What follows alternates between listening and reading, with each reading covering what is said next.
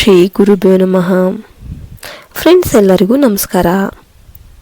ಈ ಮಾತುಗಳನ್ನು ತುಂಬ ಗಂಭೀರವಾಗಿ ಕೇಳಿ, ಏಕೆಂದರೆ ಇದು ಸಾಮಾನ್ಯ ಮಾಹಿತಿಯಲ್ಲ. ಇದು ನಿಮ್ಮ ಜೀವನದ ದಿಕ್ಕನ್ನೇ ಬದಲಾಯಿಸಬಲ್ಲ ಎಚ್ಚರಿಕೆ. ಡಿಸೆಂಬರ್ 31ರೊಳಗೆ ನಿಮ್ಮ ಮನೆಯಲ್ಲಿ ಇರುವ 4 ವಿಧದ ವಸ್ತುಗಳನ್ನು ನೀವು ಕಡ್ಡಾಯವಾಗಿ ಹೊರಗೆ ತೆಗೆದು ಹಾಕಲೇಬೇಕು. ಅವುಗಳನ್ನು ಹಾಗೆಯೇ ಮನೆಯೊಳಗೆ ಇಟ್ಟುಕೊಂಡಿದ್ರೆ ಹೊಸ ವರ್ಷದಲ್ಲಿ ನೀವು ಎಷ್ಟೇ ಪ್ರಯತ್ನ ಮಾಡಿದರೂ ಕೂಡ ಶಾಂತಿ, ಹಣ, ನೆಮ್ಮದಿ, ಪ್ರಗತಿ ಯಾವುದೂ ಕೈಗೆ ಸಿಗದೆ ನರಕದಂತಹ ಜೀವನ ಅನುಭವಿಸುವ ಸಾಧ್ಯತೆ ಇದೆ. ಈ 4 ವಸ್ತುಗಳು ಎಲ್ಲೂ ವಿಶೇಷವಾಗಿ ತರುವಂತಹುದು ಅಲ್ಲ. ಅವು ಈಗಾಗಲೇ ನಿಮ್ಮ ಮನೆಯಲ್ಲೇ ಇರುತ್ತೆ. ಆದರೆ ಅವುಗಳಲ್ಲಿರುವ ನಕಾರಾತ್ಮಕ ಶಕ್ತಿಯ ಕಾರಣದಿಂದಲೇ ನಿಮ್ಮ ಜೀವನದಲ್ಲಿ ಅತಿಯಾದ ತೊಂದರೆಗಳು, ನಿರಂತರ ಅಡ್ಡಿಗಳು, ಕಾರಣವಿಲ್ಲದ ದುಃಖಗಳು, ಹಣಕಾಸಿನ ಸಮಸ್ಯೆಗಳು ಹೆಚ್ಚಾಗ್ತಾ ಇವೆ. ನೀವು ಅವುಗಳನ್ನು ಮನೆಯಿಂದ ಹೊರಗೆ ತೆಗೆದು ಹಾಕಿದ ಕ್ಷಣದಿಂದಲೇ ಆ ವಸ್ತುಗಳ ಜೊತೆ ಅಂಟಿಕೊಂಡಿದ್ದ ನೆಗೆಟಿವ್ ಎನರ್ಜಿ ಕೂಡ ನಿಮ್ಮ ಜೀವನಕ್ಕಿಂತ ಹೊರ ಹೋಗಲು ಶುರುವಾಗುತ್ತೆ. ಈ ಡಿಸೆಂಬರ್ 31 ಕೇವಲ ಒಂದು ದಿನ ಅಲ್ಲ, ಇದು ನಿಮ್ಮ ಹಳೆಯ ದುಃಖಗಳಿಗೆ ಪೂರ್ಣ ವಿರಾಮ ಹಾಕುವ ದಿನವಾಗಿರುತ್ತೆ. ಈ ದಿನದೊಳಗೆ ನೀವು ಆ 4 ವಸ್ತುಗಳನ್ನು ತೆಗೆದು ಹಾಕಿದರೆ ಶನಿ ಸಂಬಂಧಿತ ನೋವುಗಳು ನಿಧಾನವಾಗಿ ಕಡಿಮೆಯಾಗುತ್ತೆ. ಹೊಸ ವರ್ಷ ಆರಂಭವಾಗ್ತಿದ್ದಂತೆಯೇ ನಿಮ್ಮ ಜೀವನದಲ್ಲಿ ಹೊಸ ಉತ್ಸಾಹ, ಹೊಸ ಅವಕಾಶಗಳು, ಹೊಸ ಅದೃಷ್ಟ ಪ್ರವೇಶವನ್ನ ಮಾಡುತ್ತೆ. ಆದ್ರಿಂದ ಈ ವಿಷಯವನ್ನ ಲಘುವಾಗಿ ತೆಗೆದುಕೊಳ್ಳೋದಕ್ಕೆ ಹೋಗಬೇಡಿ. ಈ ವಿಡಿಯೋ ನಿಮಗೆ 1000ಕ್ಕೆ 1000% ಉಪಯೋಗಕ್ಕೆ ಬರುತ್ತೆ. ನಮ್ಮಲ್ಲಿ ಪ್ರತಿಯೊಬ್ಬರಿಗೂ ಒಂದು ಆಸೆ ಇದ್ದೇ ಇರುತ್ತೆ. ಈ ವರ್ಷ ಏನೇ ಕಷ್ಟಗಳು ನಡೆದರೂ ಹೊಸ ವರ್ಷವಾದರೂ ಒಳ್ಳೆಯದಾಗಬೇಕು ಅಂತ. ಹಣ ಉಳಿಬೇಕು, ಕುಟುಂಬದಲ್ಲಿ ಶಾಂತಿ ಇರಬೇಕು, ಮನಸ್ಸಿಗೆ ನೆಮ್ಮದಿ ಸಿಗಬೇಕು. ಆದರೆ ಇವು ಕೇವಲ ಆಸೆಗಳಿಂದ ಸಾಧ್ಯವಿಲ್ಲ.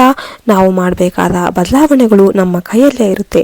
ನೀವು ಕೇಳ್ತಿರೋ ಆ 4 ವಸ್ತುಗಳು ಯಾವುವು ಅಂತ ತಿಳಿಯೋದಕ್ಕೆ ದಯವಿಟ್ಟು ಈ ಮಾತುಗಳನ್ನು ಕೊನೆಯವರೆಗೂ ನೀವು ಕೇಳಿ. ಮಧ್ಯದಲ್ಲಿ ಸ್ಕಿಪ್ ಮಾಡಿದರೆ ಏನು ಅರ್ಥ ಆಗೋದಿಲ್ಲ. ಮಕರ ರಾಶಿಯವರು ಸಾಮಾನ್ಯವಾಗಿ ತುಂಬಾ ಒಳ್ಳೆಯ ಮನಸ್ಸಿನವರು, ಯಾರಿಗೂ ಕೆಡುಕನ್ನು ಬಯಸದೆ ಸತ್ಯದ ದಾರಿಯಲ್ಲಿ ನಡೆಯುವವರು. ಆದರೆ ನಿಮ್ಮ ಈ ಒಳ್ಳೆತನವೇ ಅನೇಕ ಬಾರಿ ನಿಮಗೆ ಶಾಪವಾಗಿರುತ್ತೆ. ನೀವು ನಂಬಿದವರಿಂದಲೇ ಹೆಚ್ಚು ನೋವನ್ನು ಅನುಭವಿಸ್ತಿರ್ತೀರಾ. ಕುಟುಂಬದವರಿಂದ, ಪ್ರೀತಿಸಿದವರಿಂದ, ನಿಮ್ಮವರೇ ಎಂದುಕೊಂಡವರಿಂದಲೇ ನೀವು ನಿಮ್ಮ ಮನಸ್ಸಿಗೆ ಆಳವಾದ ಗಾಯಗಳು ಆಗ್ತಾ ಇರುತ್ತೆ. ನೀವು ಎಲ್ಲವನ್ನು ಒಳಗೆ ಇಟ್ಟುಕೊಂಡು ಮೌನವಾಗಿ ಬದುಕುವವರು. ನಿಮ್ಮ ನೋವನ್ನು ಯಾರಿಗೂ ಹೇಳಿಕೊಳ್ಳದೆ ನಿಮ್ಮೊಳಗೆ ಹೊತ್ಕೊಂಡಿರ್ತೀರಾ.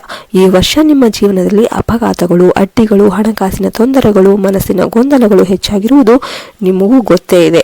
ನೀವು ದೇವರನ್ನ ನಂಬುವವರು, ಪೂಜೆ, ವ್ರತ, ನಿಯಮಗಳನ್ನು ಪಾಲಿಸುವವರು. ಆದರೂ ಫಲ ಯಾಕೆ ಸಿಗ್ತಾ ಇಲ್ಲ ಎಂದು ನಿಮಗೆ ಅರ್ಥ ಆಗ್ತಾ ಇಲ್ಲ. ಕಾರಣ ಏನು ಅಂತಂದರೆ, ನಿಮ್ಮ ಮನೆಯೊಳಗೆ ಇರುವ 4 ವಸ್ತುಗಳು ನಿಮ್ಮ ಎಲ್ಲ ಒಳ್ಳೆಯ ಕಾರ್ಯಗಳ ಫಲವನ್ನು ಹೀರಿಕೊಂಡು ನಿಮ್ಮ ಜೀವನಕ್ಕೆ ದುಃಖವನ್ನೇ ಉಳಿಸ್ತಾ ಇವೆ. ಮೊದಲ ವಸ್ತು ನಿಮ್ಮ ಪೂಜಾ ಕೋಣೆ.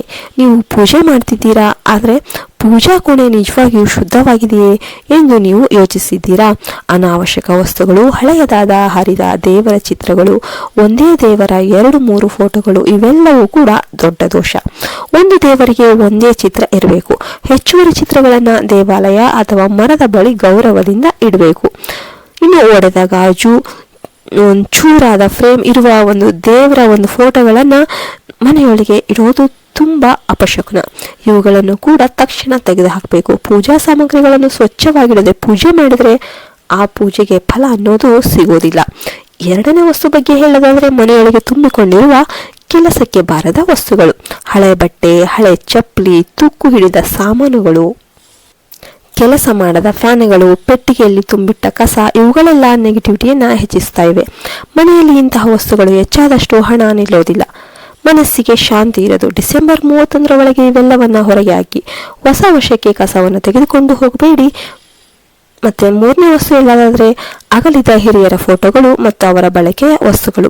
ಹಿರಿಯರ ಮೇಲೆ ಪ್ರೀತಿ ತಪ್ಪಲ್ಲ, ಆದರೆ ಅವರ ಫೋಟೋಗಳನ್ನು ದೇವರ ಜೊತೆಗೆ ಇಡುವುದು ದೊಡ್ಡ ದೋಷ. ಅವುಗಳನ್ನು ದಕ್ಷಿಣ ದಿಕ್ಕಿನ ಗೋಡೆಯಲ್ಲಿ ಮಾತ್ರ ಇಡಬೇಕು. ಅವರ ಬಟ್ಟೆ, ಹಾಸಿಗೆ ವಸ್ತುಗಳನ್ನು ಹಾಗೆಯೇ ಬಳಸೋದ್ರಿಂದ ಒಂದು ಶಕ್ತಿಯ ಅಡ್ಡಿಗಳು ಉಂಟಾಗುತ್ತೆ. ಬಂಗಾರ ಇದ್ರೆ ಅದನ್ನು ಬದಲಿಸಿ ಹೊಸ ರೂಪದಲ್ಲಿ ಬಳಸಬೇಕು. ಇಲ್ಲದಿದ್ರೆ ಸಮಸ್ಯೆಗಳು ಮುಂದುವರಿತಾ ಹೋಗುತ್ತೆ. 4ನೇ ವಸ್ತು ಬಗ್ಗೆ ಹೇಳೋದಾದ್ರೆ, ನಿಂತ ಗಡಿಯಾರಗಳು, ಕೆಲಸ ಮಾಡದ ವಾಚ್ಗಳು, ಒಡೆದ ಕನ್ನಡಿಗಳು, ಬಿರುಕು ಬಿದ್ದ ಗಾಜಿನ ಪಾತ್ರೆಗಳು, ಹಳೆಯ ಕ್ಯಾಲೆಂಡರ್ಗಳು, ನಿಂತ ಗಡಿಯಾರ ಎಂದರೆ ನಿಮ್ಮ ಸಮಯವು ನಿಂತಂತೆ ಆಗುತ್ತೆ. ಒಡೆದ ಕನ್ನಡಿಯಲ್ಲಿ ಮುಖ ನೋಡಿದರೆ ದುಷ್ಪರಿಣಾಮಗಳು ಹೆಚ್ಚಾಗುತ್ತೆ. ಅವುಗಳನ್ನು ತಕ್ಷಣ ಮನೆಯಿಂದ ತೆಗೆದುಹಾಕಬೇಕು. ಈ 4 ವಸ್ತುಗಳನ್ನು ಡಿಸೆಂಬರ್ 31ರೊಳಗೆ ತೆಗೆದುಹಾಕಿ ಮನೆಯನ್ನು ಸಂಪೂರ್ಣವಾಗಿ ಸ್ವಚ್ಛಗೊಳಿಸಿ. ಆಗ ನಿಮ್ಮ ಮನಸ್ಸೇ ಎಷ್ಟು ಹಗುರವಾಗುತ್ತೆ ಅಂತ ನೀವೇ ಅನುಭವಿಸ್ತೀರಾ. ಸಣ್ಣ ಸಣ್ಣ ತಪ್ಪುಗಳೇ ದೊಡ್ಡ ಸಮಸ್ಯೆಗಳಿಗೆ ಕಾರಣವಾಗುತ್ತೆ. ಈಗ ನೀವು ಅವುಗಳನ್ನು ಸರಿಪಡಿಸಿದರೆ ಹೊಸ ವರ್ಷದಲ್ಲಿ ನಿಮ್ಮ ಜೀವನಕ್ಕೆ ಹೊಸ ತಿರುವು ಖಂಡಿತವಾಗಿ ಬರುತ್ತೆ.